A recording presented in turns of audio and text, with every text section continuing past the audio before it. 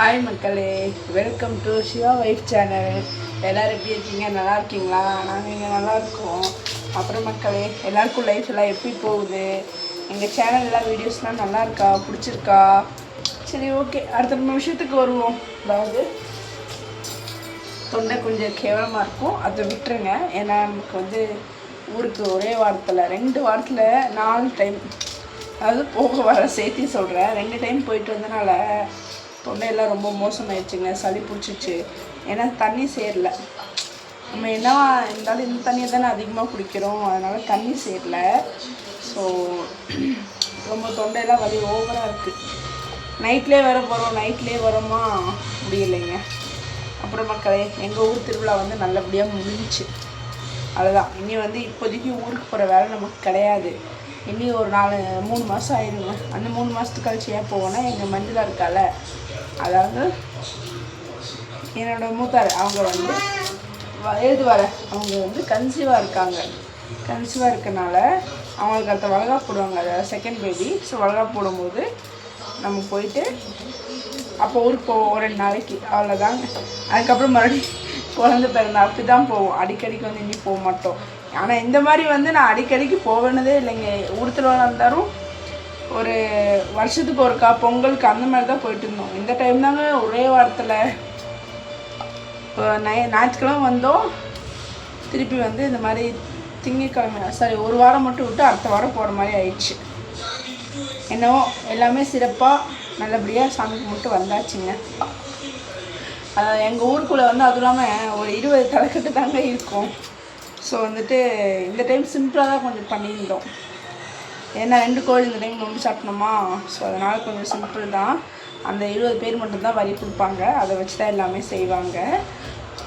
சிம்பிளாக பண்ணாலும் எப்படி பண்ணாலுமே நிறைவாக சாமியை கும்பிட்டு வந்தாச்சு. எல்லா விஷயமும் முடிஞ்சிச்சு. அப்புறம் மக்கள், உங்கள் ஊருக்குள்ளெல்லாம் எத்தனை பேர் இருக்கீங்க? நீங்களாம் எப்படி சாமி கும்பிடுவீங்கன்னு சொல்லுங்கள். இன்னொன்று நான் ஃபுல்லாக திண்டுக்கல் கிடையாதுங்க. திண்டுக்கல்லில் இந்த கோவிலூர், ஆர்கொம்பையெல்லாம் இருக்குல்லைங்க, அந்த ஏரியா சைடில் இருக்கேன். அதாவது நான் இல்லை, கட்டி கொடுத்த ஊர் எனக்கு அது. நான் ராஜஸ்தான்காரி. கல்யாணத்துக்கு அப்புறம் என் ஊர் பேரே மாறி போச்சு. நான் கோம்பக்காரி ஆகிட்டேன்.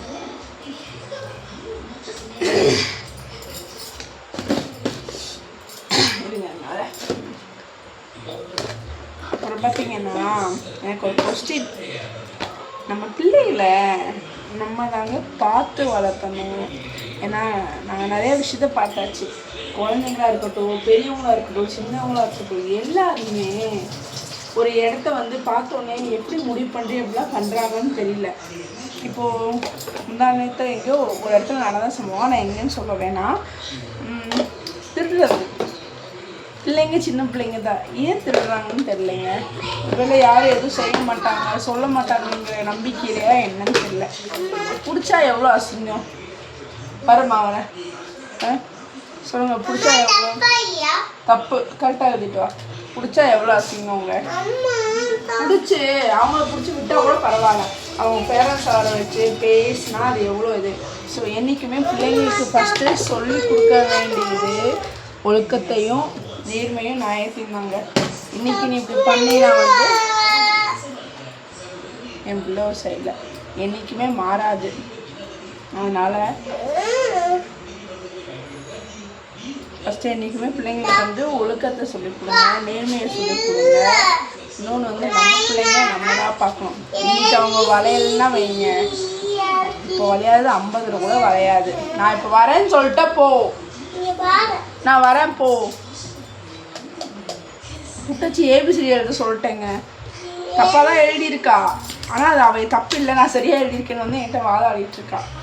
இப்போ 4 இருக்குதுங்க அவளுக்கு.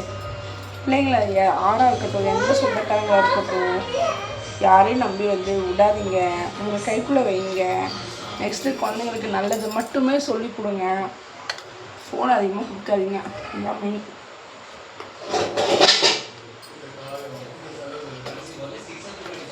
நானே ஃபஸ்ட்டு தப்பு பண்ணியிருக்கேன். பிள்ளைய சரியாக பார்த்துக்க முடியல அப்படின்னு சொல்லிட்டு ஃபோனை கொடுத்துருவேங்க. அவளும் ஃபோனை கொடுத்தேன்னா திருப்பி தரவே மாட்டாள். அப்புறம் இடையில கொஞ்சம் நிறையா வீடியோஸ்லாம் பார்த்தேன். ஃபோனால் என்ன நடக்குது, எவ்வளோ எஃபெக்ட் ஆகுறாங்கன்ட்டு. அதனால அன்னையிலேருந்து ஃபோனை கட் பண்ணவ தான் கொடுக்க மாட்டேன். ஆனால் என் கூட ஏதாவது 2 மணி பார்த்தேன்னா பார்ப்பான். மற்றபடி அவள் கையில் தனியாக கொடுக்கறதில்ல ஃபோனை. அதாவது இப்போ படிக்க வர போயிட்டாங்களா, ஸோ ஹோம் ஒர்க் அது எங்கவே அவங்களுக்கு சரியாக இருக்குது. பட் நிறைய பேர் பண்ணுற தப்பு தான் இது. நானும் பண்ணுறதான். சின்ன வயசில் அவருக்கு சோறு ஊட்ட முடியல, அது பண்ண முடியல, இது பண்ண முடியலன்னு சொல்லிட்டு நான் வாட்டுக்கு இந்த ஃபோன் கொடுத்து பழகிட்டேன். அப்புறம் அதனால கூட்டுறது ரொம்ப கஷ்டமாக இருந்துச்சு.